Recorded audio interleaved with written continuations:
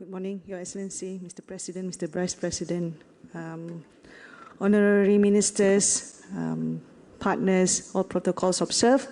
My name is Aida, and I'm the MD and partner at PEMANDU Associates. PEMANDU is, in our local language, means driver, chauffeur. So we were part of the Malaysian government back in 2009 until 2017, and in 2018 we became a wholly private entity organization. We came from Malaysia. We had the honor of serving the Prime Minister of Malaysia in our own transformation program. So my session here today is a short 20-minute session to share our journey in transforming our country, Malaysia, 8,000 miles away from here, and how, as Mr. President mentioned, how we've replicated this in other continents, in other nations, but localizing it to make sure that it's locally led. And that's the intention for the BETP program that is launched today.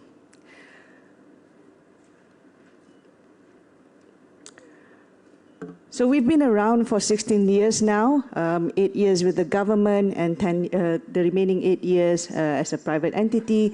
We've replicated this successfully across 30 countries. As you can see, the concentration is mainly in this continent, and a lot of lessons learned that we've learned from our own experience as part of the National Transformation Program in Malaysia, and economy and social transformation program across the globe, multi-sectors and multi-transformational engagements. What we've found so far in our experience, including Malaysia, is that there are common pitfalls to transformation. You've heard some of those pitfalls and some of those plea for change in Mr. President's and Mr. Vice President's speeches earlier.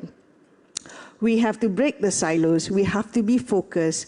We have to make sure that targets are measurable and people are accountable. So all of those common challenges are not alone, right? Not one nation faced them alone. Some more than others, but we've coined a methodology that specifically addresses this challenge one by one. So we start from the step one in order to make sure that all the leadership are aligned in what was called as the true north of the country to achieve high-income nation by 2036. These are the priorities that we need to focus on. It does not mean that others are not important, but we need to make sure we drive our focus and attention to these particular sectors to generate results first. And that's very important to be held at the first step, which is the strategic workshop step. And that was what the Botswana government had successfully convened on the 23rd and 24th of July. And we are now at step number 2, where Mr. Vice President coined it as laboratory. I will share a bit more about what's about to happen in the lab, and my colleague will take it even further down to the very detailed parts. Item 3 and 4 is about communication, making sure people are aware and people are aligned in terms of what is needed to be done. And 5, 6, 7, 8 is on rigorous implementation. I will walk you through this step by step while sharing our experience in Malaysia. And across the globe, as you can see, some of the experience that we have replicated are close to home. Some in Rwanda was mentioned. We were doing the same in Somalia, Tanzania for 3 years, South Africa as well. So there's a lot of accumulation that we don't have to reinvent the wheel, but we must make it locally adaptable to make sure that Botswana solutions are developed during the labs. And this methodology has been successfully endorsed by top institutions based on the lessons learned. Harvard, World Bank, Princeton Institute have all written about this methodology, its lessons learned, its pros and cons, and how we can adapt it to refine the national vision to achieve high-income status. So that's what we hope to walk you through today in terms of what is this 8-step big fast result methodology about. But let's start with the challenge. What are we trying to do here with the BETP? What essentially is the challenge that is hoping to be resolved by the people in the room?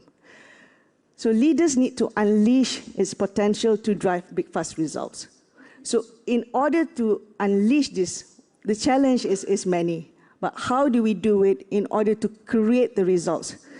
We've heard the grouses on the ground that there are a lot of strategies and there are a lot of plans. The challenge is, of course, in the implementation, and we face the same in Malaysia.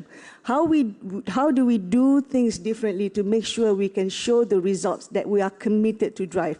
Mr. President has given us a target of 3 years. What needs to be done differently in order to show fantastic results in those 3 years? And the answer lies in these two things. One, the bravery and the hunger to play the game of the impossible. And I take Mr. President's analogy on the target, on the shooting target earlier. If the target is easy, then that's not the game that we want to play. What truly is the game of impossible is our bravery to put ourselves and saying that I will achieve the impossible within the shortest time frame.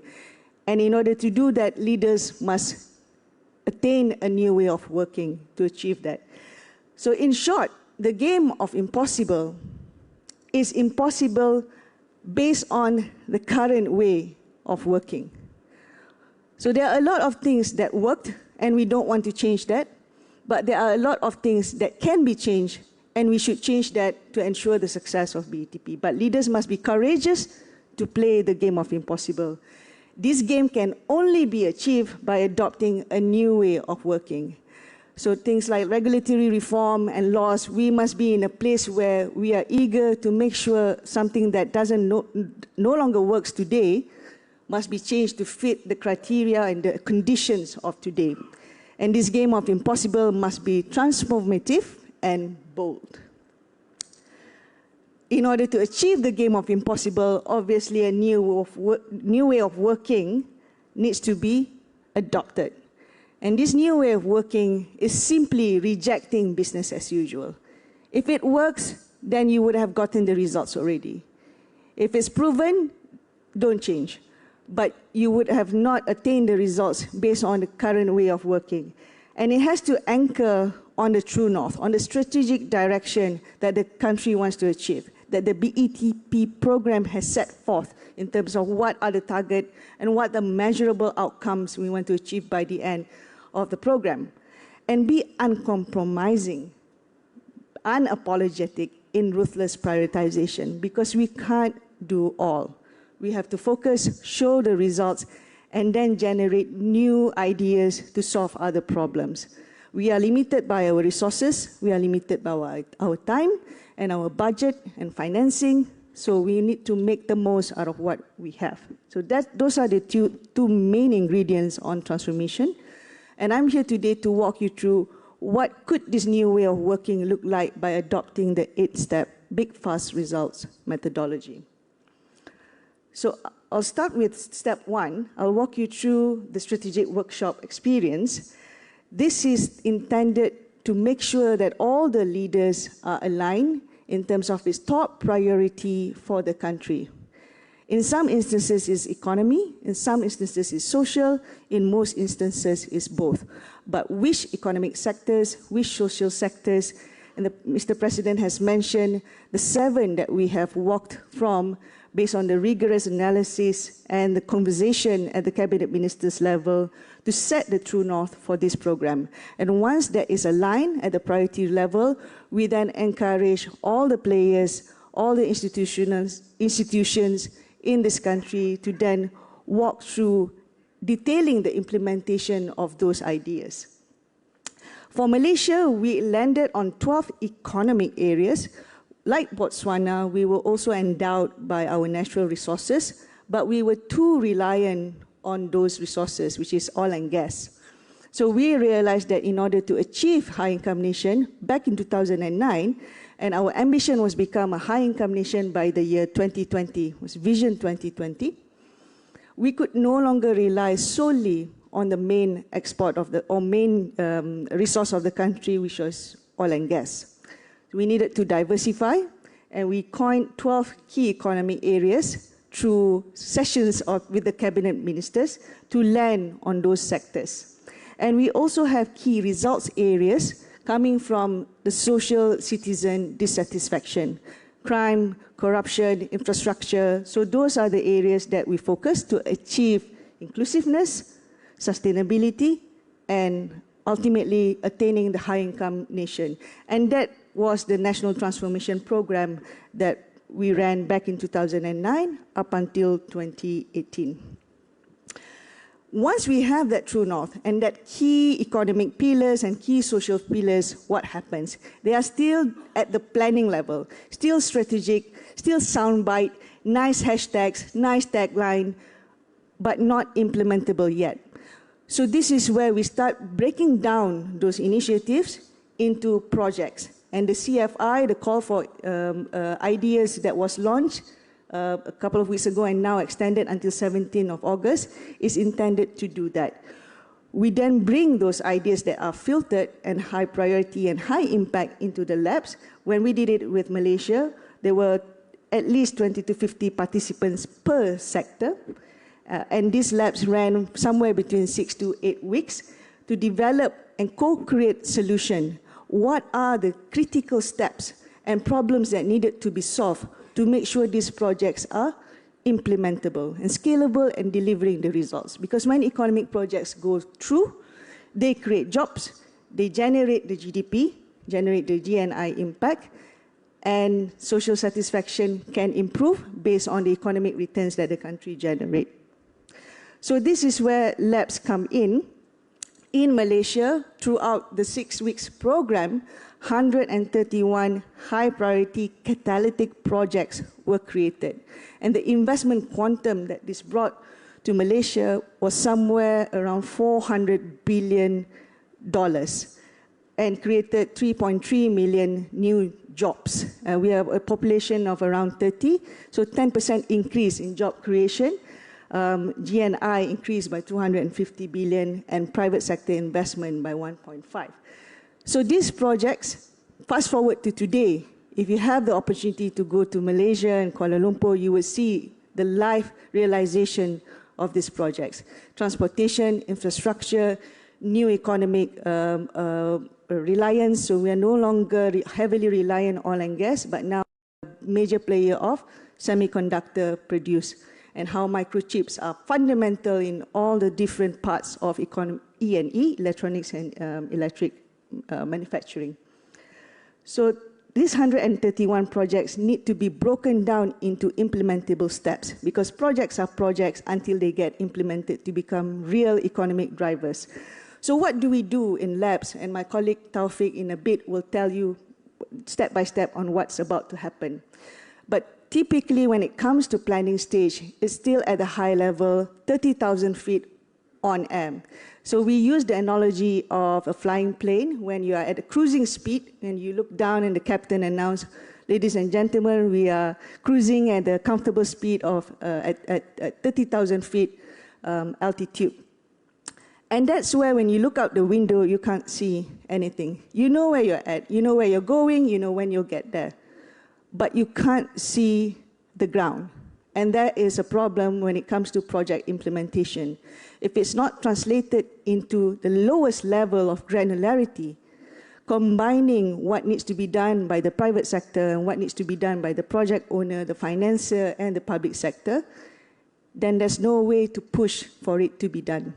So labs, as we coin it, is to force people to come together and sit in one room, however long it may be, to bond this chemical together and create that chemistry to co-create the solution.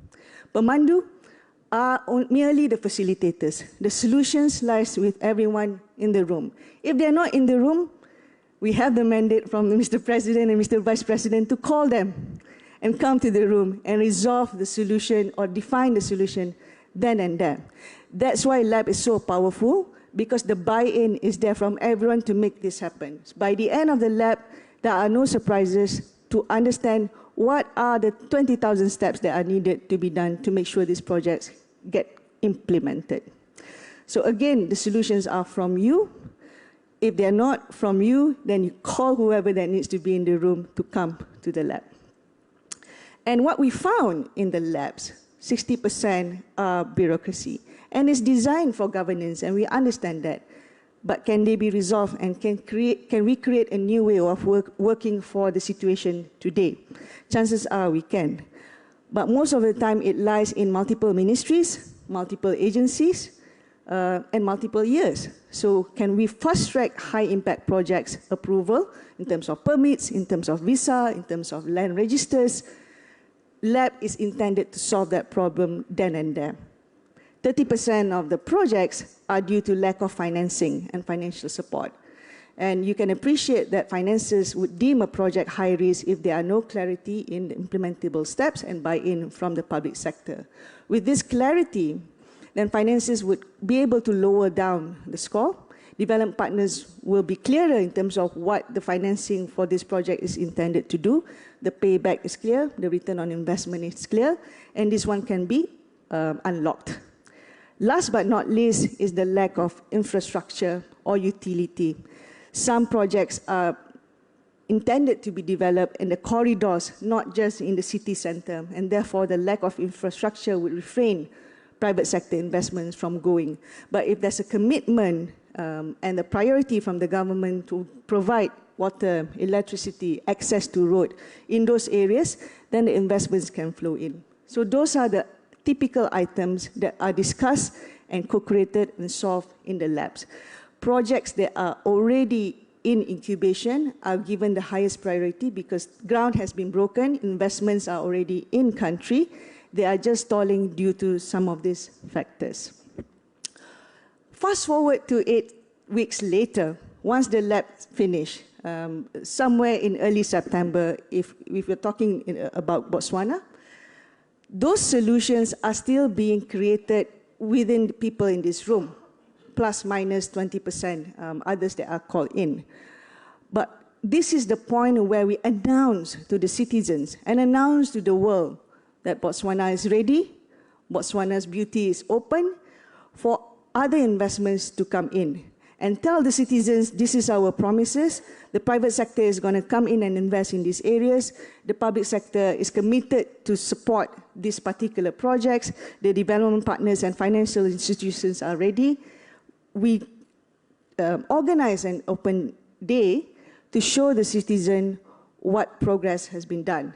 And when we did it in Malaysia, it was in Oman and in Tanzania, thousands of citizens come in. And this creates a sense of public agency to want to support this National Transformation Program and realize in terms of employment, in terms of opportunities, in terms of skill development, what is needed in the future of the country.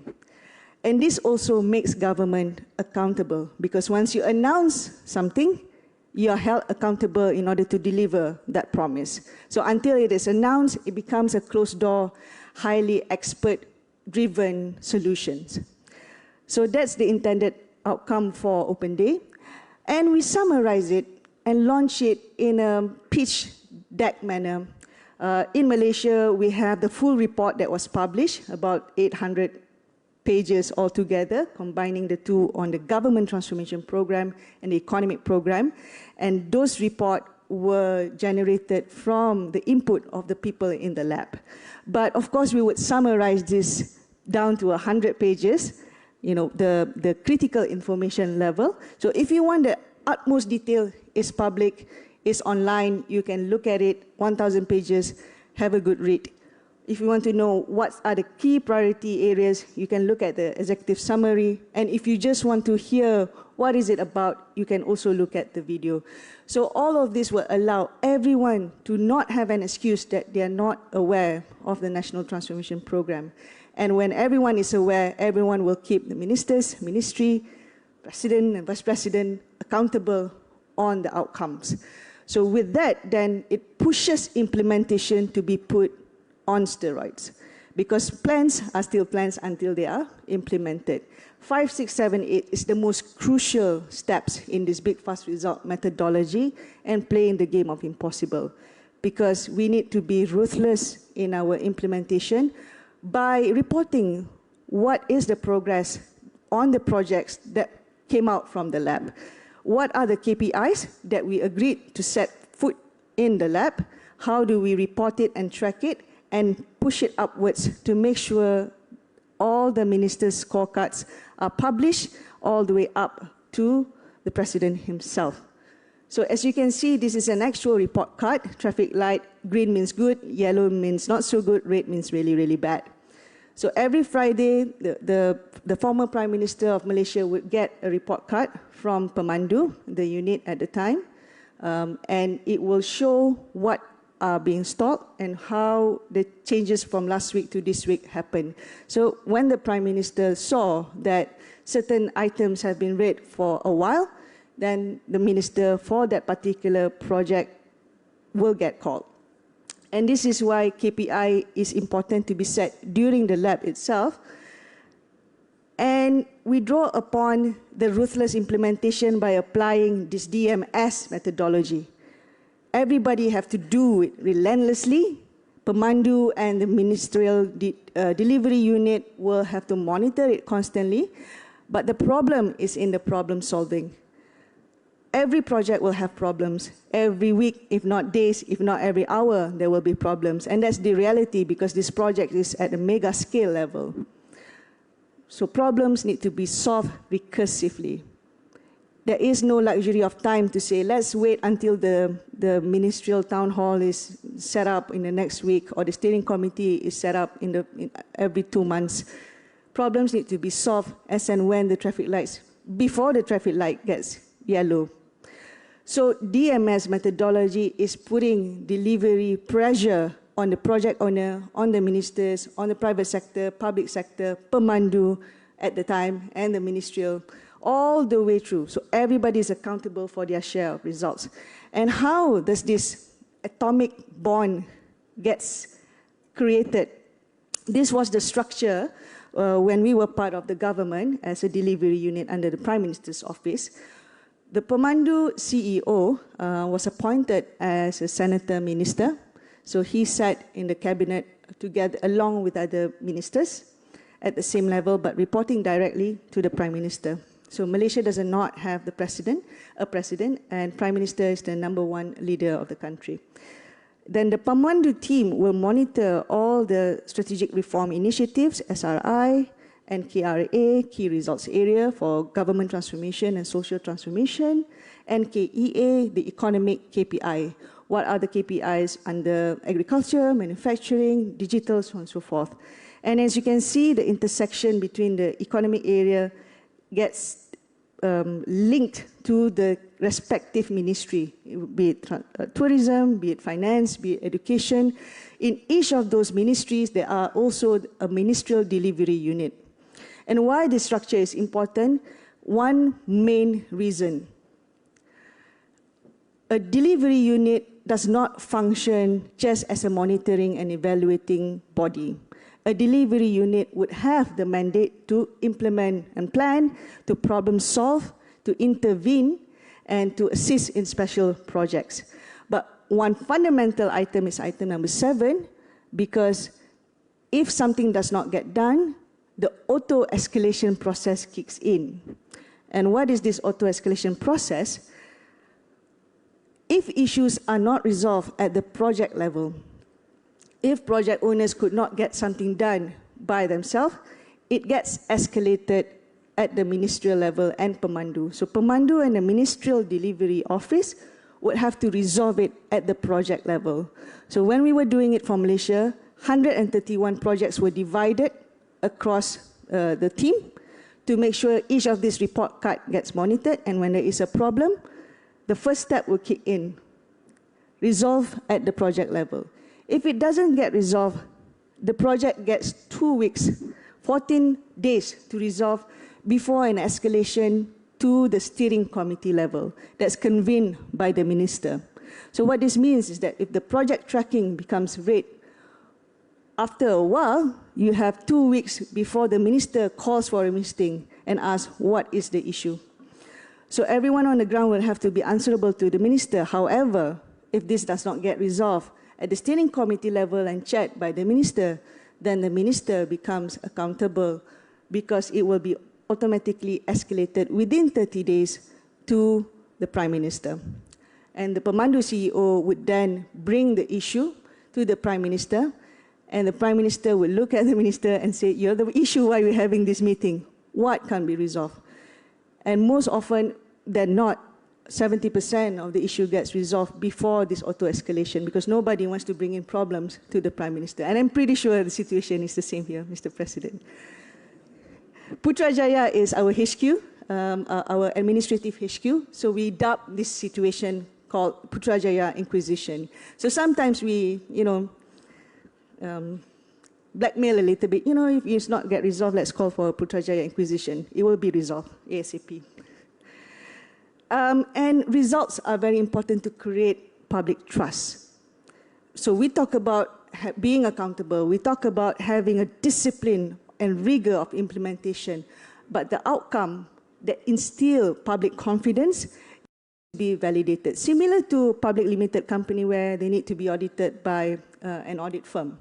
Similar concept, the results of the country also needs to be published, and if they are validated, then we can stand by the results and say these numbers are not cooked by ourselves, these numbers are backed by evidences and has been validated by a strong panel. So in Malaysia, we got PwC to lead the organization of this validation and call upon panel from the World Bank and from private sector as well to review the results. And after these results are reviewed, it gets published as an annual report. So year on year for across 7 years, every end of year, PEMANDU will showcase a public outcome and host an annual report presentation similar to a public listed company on what are the progress and where the challenges are and what are we doing differently to resolve these challenges in the next coming year. So that sums up the 8-step methodology on how we start from strategy, from planning, which is merely 2 steps, and the rest are all in the discipline of action. Some outcome that we've managed to enjoy in the Malaysian Transformation Program. So we recorded 7 years of straight government revenue, highest since that administration. We continue to reduce our fiscal deficit, and the genesis of this transformation program being private sector led was because Malaysia was adamant to not go the debt financing route in generating our economy. So there are 2 roads that one can take in becoming, in growing the economy. One is by increasing the borrowing to generate the capital. We chose to go down the private sector prowess to encourage investments locally and in foreign direct investments into the country.